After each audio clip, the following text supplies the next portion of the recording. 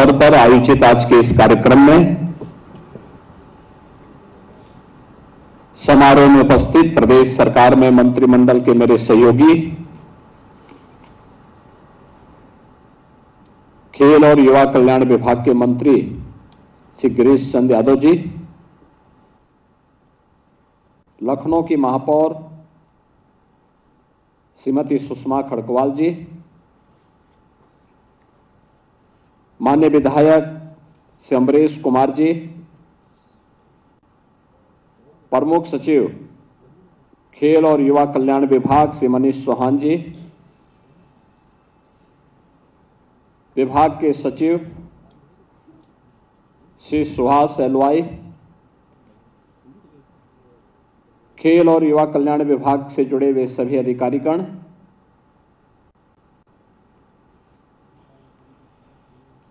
प्रदेश के अलग अलग जनपदों से उपस्थित स्वामी विवेकानंद युवा पुरस्कार, युवक मंगल दल और महिला मंगल दल से जुड़े हुए पुरस्कार प्राप्तकर्ता और प्रांतीय रक्षक दल से जुड़े हुए सभी स्वयंसेवक गण और उपस्थित बहनों और भाइयों, आज पूरा देश भारत के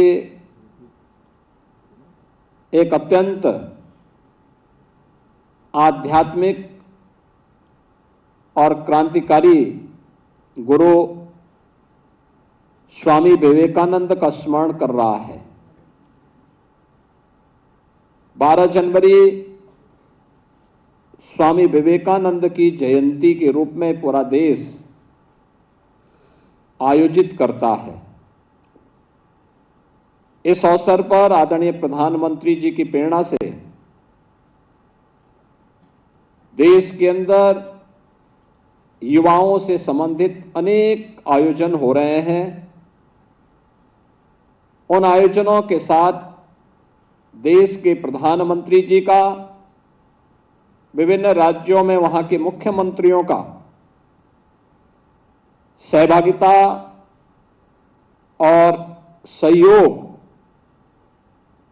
देश के युवाओं को प्राप्त हो रहा है। हम सब जानते हैं स्वामी विवेकानंद भारत माता के एक ऐसे सपूत थे जिन्होंने भारत की प्राचीन आध्यात्मिक संस्कृति को वैश्विक मंच तक पहुंचाने में एक बड़ी भूमिका का निर्वहन किया था। भारत और भारतीयता के प्रति हर भारतवासी के मन में गौरव की अनुभूति हो, वह कार्य स्वामी विवेकानंद ने पिछली सदी में किया था। 1893 के शिकागो समिट के माध्यम से उन्होंने दुनिया को बताया था कि भारत क्या है, भारत की आध्यात्मिक और सांस्कृतिक विरासत क्या है, और देश के युवाओं को उन्होंने भारत की विरासत के साथ साथ आधुनिक विकास के साथ बेहतर समन्वय बनाने के लिए भी एक नई प्रेरणा दी। स्वामी विवेकानंद कहा करते थे कि चुनौती जितनी बड़ी हो, जीत उतनी ही शानदार होती है। और याद करना, ये युवाओं के लिए आज भी प्रेरणा हो सकती है। अक्सर हम चुनौती को देख करके भागते हैं और पलायन का रास्ता अपनाते हैं। देश का एक युवा सन्यासी इस देश की जनता को, जब ये देश गुलाम था, तब आह्वान कर रहा है कि नहीं, चुनौती से भागे मत, उसका मुकाबला करिए।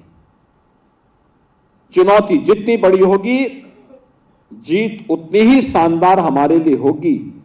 और यह स्वामी विवेकानंद देश के युवाओं के लिए बोलते थे। अपनी आध्यात्मिक और सांस्कृतिक विरासत पर गौरव की अनुभूति करना,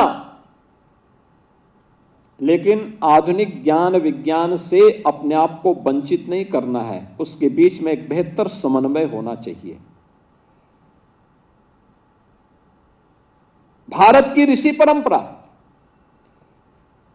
भारत के ज्ञान विज्ञान की परंपरा को उन ऊंचाइयों तक पहुंचाया था जो विज्ञान से भी आगे, उससे भी ऊंची पायदान पर खड़े होकर के विश्व को नेतृत्व दे सकता है। और यही तो प्रेरणा स्वामी विवेकानंद की रही। स्वामी विवेकानंद की यह प्रेरणा देश की आजादी के आंदोलन में और आजादी के बाद भी प्रत्येक युवा के लिए, प्रत्येक भारतवासी के लिए एक नया आदर्श है, एक नई प्रेरणा है। और उसी आदर्श से प्रेरणा ग्रहण करते हुए राष्ट्रीय महोत्सव के अवसर पर आदरणीय प्रधानमंत्री जी की प्रेरणा से जो अनेक कार्यक्रम हुए, मुझे प्रसन्नता है कि उत्तर प्रदेश के 63 नौजवानों की टीम भी राष्ट्रीय महोत्सव में भागीदार बनने के लिए गई थी। और उसमें भी प्रसन्नता इस बात को लेकर के कि मैंने यहीं से मुख्यमंत्री आवास के पास से उन्हें रवाना किया था और 7 में से 3 स्वर्ण पदक अकेले उत्तर प्रदेश की टीम ने जीते हैं। उत्तर प्रदेश का हमारा युवा आज अपनी प्रतिभा का लोहा मना रहा है। ये वही युवा है जिसके सामने एक समय पहचान का संकट खड़ा हुआ था। युवा के बगैर किसी भी सभ्य समाज का और किसी भी राष्ट्र का कोई भविष्य नहीं हो सकता। जो प्रधानमंत्री मोदी जी कहते हैं कि आने वाला समय हमारा होगा 2047 में ऐसा भारत बनाने के लिए, उस भारत के निर्माण के लिए हमारा क्या योगदान हो सकता है, यह युवा तय करेगा। और सौभाग्य से भारत दुनिया का सबसे युवा देश है जिसकी 56% आबादी ऐसी है जो वर्किंग फोर्स है, कामकाजी वर्ग है।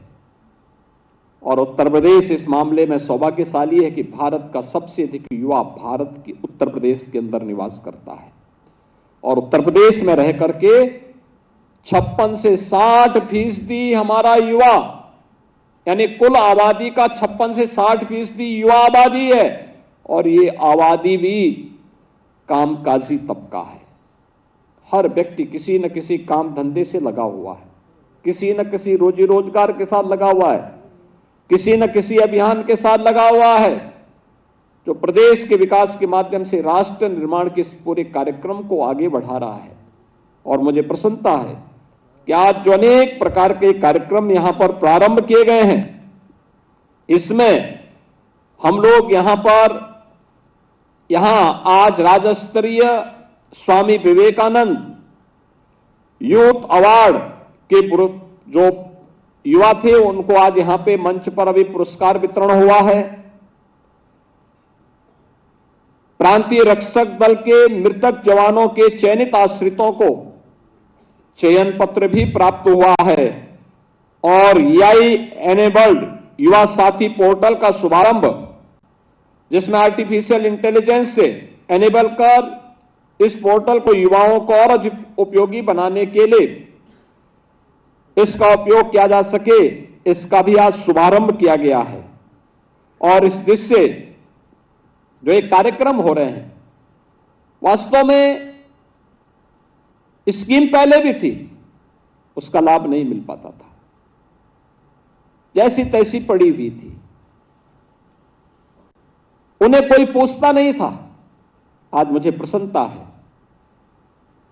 कि खेल और युवा कल्याण विभाग ने ग्रामीण क्षेत्र में भी, शहरी क्षेत्र में भी खेल का मैदान, ग्रामीण स्टेडियम का निर्माण किया है। 80,000 से अधिक युवक मंगल दल और महिला मंगल दल को स्पोर्ट्स किट उपलब्ध करवाए हैं। ग्रामीण लीग का शुभारंभ हुआ है। ये युवाओं को उनकी ऊर्जा के लिए एक प्लेटफॉर्म प्रदान किया गया है कि वे एक सकारात्मक दिशा में आगे बढ़ जाएं। याद रखना, जिस देश का भविष्य युवा, जिस देश का युवा अपनी जवानी में ही नशे की चपेट में आ जाए, उसका कोई भविष्य नहीं हो सकता। याद रखना, ये नशा नाश का कारण बनता है और नशे से दूरी, लोगों में जागरूकता पैदा करना इसके बारे में कि नहीं, किसी भी प्रकार का कोई नशा है, इसको समाप्त करना और नशा करवाने वाले गिरोह को नेस्तनाबूद करने के लिए भी उतनी शक्ति के साथ कार्य करना, ये युवक मंगल दल और महिला मंगल दल का दायित्व है कि वह स्थानीय प्रशासन के साथ मिलकर के अपने स्तर पर भी इसके खिलाफ अभियान चलाए। इसके लिए एक सकारात्मक ऊर्जा के लिए गांव-गांव में खेल के मैदान को प्रोत्साहित करना, गांव-गांव में खेल का मैदान और खेलकूद की गतिविधियों को आगे बढ़ाना। गांव में ही हो, खेल तो हर तबके का व्यक्ति कर सकता है। कोई दौड़ सकता है, कोई फुटबॉल खेल सकता है, कोई वॉलीबॉल खेल सकता है, कोई क्रिकेट खेल सकता है, कोई कुश्ती खेल सकता है, कोई रस्साकसी के ही कार्यक्रम के साथ जुड़ता है। मनोरंजन भी है, साथ साथ व्यक्ति को अपने स्वयं के शरीर को फिट रखने के लिए एक अभियान भी। कितना रोचक होगा जब गांव में महिला और पुरुष आपस में ही रस्साकसी करें, देखते हैं किसमें ताकत है। ये भी प्रदर्शन होना चाहिए, क्या बुराई है। अगर युवा आपस में ही गांव में वॉलीबॉल की टीम बना करके खेलने लग जाएं, कबड्डी खेलने लग जाएं, खो खो खेलने लग जाएं, क्या बुराई है। और फिर गांव की एक टीम बना करके वो दूसरे गांव के साथ कंपटीशन करें, फिर वे गांव की दोनों गांव न्याय पंचायत स्तर पर एक टीम बने, वो ब्लॉक स्तर पर कंपटीशन में भाग ले। ब्लॉक स्तर की प्रतिस्पर्धा की टीम फिर एक टीम के साथ जोड़ते हुए वह जनपद स्तर पर, और जनपद स्तर की टीमें मिलकर के कमिश्नरी स्तर पर, कमिश्नरी स्तर की टीम प्रदेश स्तर पर प्रतिस्पर्धा में भाग लेती है। तो कौन भारत को अंतर्राष्ट्रीय मंच पर, ओलंपिक हो, एशियाड हो, कॉमनवेल्थ हो या किसी भी इंटरनेशनल चैंपियनशिप में भारत को, कौन ऐसा देश होगा जो पदक लेने से वंचित कर पाए। भारत अवश्य पदक लेगा, लेकिन इसकी शुरुआत गांव से होनी चाहिए और युवक मंगल दल और महिला मंगल दल इसमें बड़ी भूमिका का निर्वहन कर सकता है। गांव में स्वच्छता के कार्यक्रम को चलाना, ट्यूबरक्लोसिस के खिलाफ एक अभियान चल रहा है। प्रधानमंत्री जी ने कहा 2025 तक टीबी को पूरी तरह समाप्त करना। इसके लिए ऐसे मरीजों को चिन्हित करना, उनको दवा उपलब्ध कराना, फ्री में उपचार है। ऐसे परिवारों के लिए भरण पोषण के लिए पैसे की व्यवस्था है, उनको जोड़ने का काम करना। कितना बड़ा काम हो सकता है। इसमें आप भी सहयोग कर सकते हैं। युवक मंगल दल और महिला मंगल दल को सहयोग करना चाहिए। खेलकूद की गतिविधियों को बढ़ावा देना चाहिए। नशे के खिलाफ अभियान चलाना चाहिए। स्वच्छता के कार्यक्रम को प्राथमिकता के आधार पर आगे बढ़ाना चाहिए। जल संरक्षण के कार्यक्रम में भाग लेना चाहिए। लोगों को प्रेरणा देनी चाहिए। कितना बड़ा काम आप कर सकते हैं। यह कार्य हमें पूरी ईमानदारी और प्राथमिकता के साथ आप करेंगे, कोई संदेह नहीं कि हमारा देश फिर से प्रधानमंत्री मोदी जी के संकल्पों के अनुरूप, उनके विजन के अनुरूप 2047 के पहले दुनिया की सबसे बड़ी ताकत बनकर के उभरेगा, सबसे बड़ी ताकत बनकर के उभरेगा। और उस दिशा में हम सबका एक सामूहिक प्रयास होना चाहिए। और मुझे प्रसन्नता है इस दिशा में आज ग्रामीण और शहरी क्षेत्र में स्टेडियम का निर्माण का कार्य तेजी के साथ आगे बढ़ा है। बहुत अच्छे कार्य हो रहे हैं। मैंने कुछ स्टेडियम के उद्घाटन के लिए मैं स्वयं भी गया था। कुछ खेलकूद की गतिविधियां भी हों। स्टेडियम इसलिए नहीं कि केवल वहां एक औपचारिकता के लिए उपलब्ध हो जाए, वहां कुछ खेलकूद की गतिविधियां हो, मैदान हो, अन्य कार्यक्रम हो, उसको हमें आगे बढ़ाना। ऐसे ही प्रदेश के अंदर राज्य स्तरीय स्वामी विवेकानंद यूथ अवार्ड, इससे संबंधित जो विभिन्न प्रकार के कार्यक्रम हुए हैं, जिसमें युवक मंगल दल उदयपुर वाराणसी, युवक मंगल दल हाटा खास जनपद सिद्धार्थनगर, युवक मंगल दल इब्राहिमपुर कुसमा अंबेडकर नगर, और महिला मंगल दल में महिला मंगल दल सुरहती जालौन, महिला मंगल दल स्वार रामपुर, महिला मंगल दल कनकहा लखनऊ, इन्हें पुरस्कार दिया गया है, यहां सम्मानित किया गया है। मैं इन सबको हृदय से बधाई देता हूं और इनकी रचनात्मक गतिविधियों के लिए इनको हृदय से अभिनंदन भी करता हूं। व्यक्तिगत श्रेणी में श्री अर्शप्रीत सिंह झांसी, अमन बागपत, अर्पिता सिंह गोरखपुर, अजीत कुमार सोनी चंदौली, सुंदरम तिवारी प्रतापगढ़, सत्यदेव आर्य बरेली, सिद्धार्थ राय गाजीपुर, स्वेच्छा श्रीवास्तव गोरखपुर, अक्षय शुक्ला उन्नाव, आर्यन गौड़ बुलंदशहर, इन्हें भी यहां पे भी मंच पर सम्मानित किया गया है। इन सबको भी मैं हृदय से बधाई देता हूं और इनका अभिनंदन करता हूं। इसके अलावा अन्य जो चयन पत्र भी दिए गए हैं, आपने देखा होगा, पीआरडी के जवान जो प्रांतीय रक्षक दल हैं, ये प्रांतीय रक्षक दल के गठन की कार्रवाई, इसका अपना एक इतिहास है। यानी यह 1948 में इसका गठन होता है। इसका काम था शांति एवं सुरक्षा व्यवस्था, विकास और जन जागरूकता आदि कार्यों में योगदान देना, सहयोग करना। और 35,000 जवान पीआरडी के वर्तमान में अलग अलग क्षेत्रों में कार्य कर रहे हैं, जिसमें विभागीय कार्यों के साथ 19,500 जुड़े हुए हैं। 6,900 यह विभिन्न उपक्रमों की व्यवस्था के साथ जुड़े हुए हैं, चाहे वह अन्य विभिन्न विभागों में ड्यूटी में हैं, और 300 से ऊपर ये भारत सरकार के उपक्रम के साथ जुड़े हुए हैं।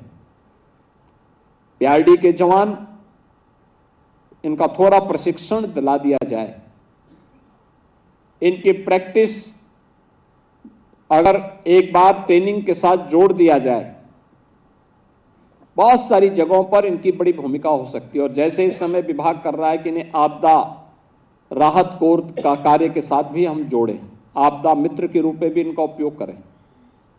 ऐसे ही अन्य कार्यक्रमों के साथ विभिन्न बचाव के उपायों के बारे में, कहीं अर्थक्वेक यानी भूकंप आ गया क्या करना है, कहीं आग लग गई क्या करना चाहिए, बाढ़ के समय क्या करना चाहिए, कहीं सड़क दुर्घटना हो गई क्या हमें करना चाहिए, लेकिन थोड़ा बहुत जानकारी अगर इन सब के बारे में हो सके तो उसमें भी एक बड़ी भूमिका का निर्वहन हो सकता है। ट्रैफिक के नियमों का पालन करने के लिए इनका उपयोग किया जा सकता है। और यह इन्हें पहले कुल 250 रुपये प्रतिदिन इनको प्राप्त होता था मानदेय, जिसे 19 में हमारी सरकार ने 375 रुपये यानी 250 रुपये से 375 रुपये हमारी सरकार ने ही 19 में बढ़ाया था।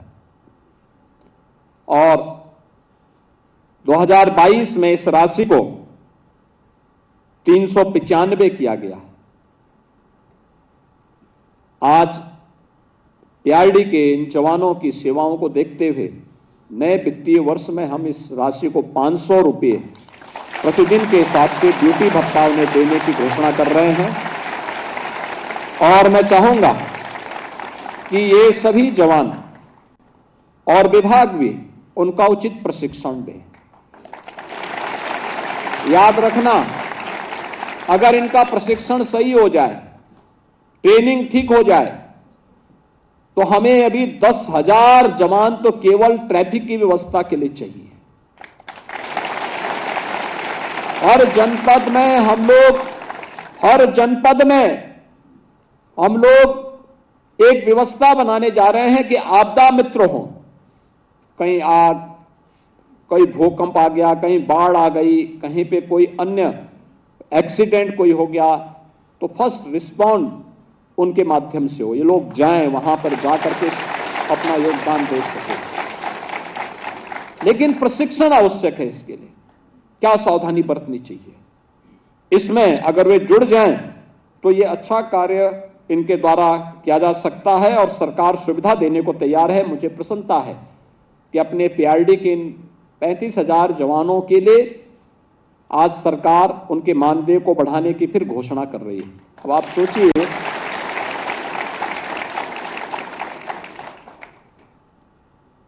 कि 2019 में जो केवल 200 रुपए तक जो जवान पाता था, आज उसको 500 रुपए पर डे हम उसकी घोषणा भी कर रहे हैं। तो यह एक विश्वास उनके मन में पैदा करने के लिए, आगे बढ़ने के लिए एक नई प्रेरणा उनके लिए सरकार के द्वारा प्रारंभ की जा रही है और मुझे पूरा विश्वास है कि वे लोग इस पर काम करेंगे और उस देश से पीआरडी के जवानों के परिवार के लोग, कोई जवान ड्यूटी के दौरान कार्य करते हुए मृतक हो गया है तो उस जवान के परिवार को भी, उस नौजवान को योग्यता के आधार पर आश्रित के रूप में यहां पर सेवा देने का एक व्यवस्था। और आज ऐसे 5 जवानों के परिवार के लोगों को यहां पर एक मोहम्मद अमीर, ये बस्ती में, सुश्री कमला देवी, ये बस्ती में, माधव अवस्थी कानपुर नगर में, भूपेंद्र या अमरोहा में, सुश्री सानिया सोनकर प्रतापगढ़ में, श्री श्यामेंद्र कुमार गुप्ता महाराजगंज में और चंद्रशेखर फतेहपुर में, इन्हें पीआरडी के जवान के रूप में इन्हें आज यहां पे शामिल किया जा रहा है।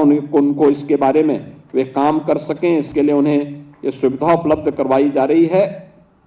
मुझे पूरा विश्वास है कि प्रांतीय रक्षक दल के हमारे जवान पूरी ईमानदारी और प्रतिबद्धता के साथ अपने आप को साबित करेंगे, अपने कार्य पद्धति से अपने अनूठी छाप छोड़ने का काम करेंगे, क्योंकि आपकी कार्य पद्धति ही आपकी पहचान बनती है और अपनी पहचान को अपने कार्य पद्धति के माध्यम से आप मजबूती के साथ रखने में सफल होंगे तो सरकार समय समय पर इसी प्रकार से आपके प्रोत्साहन भत्ता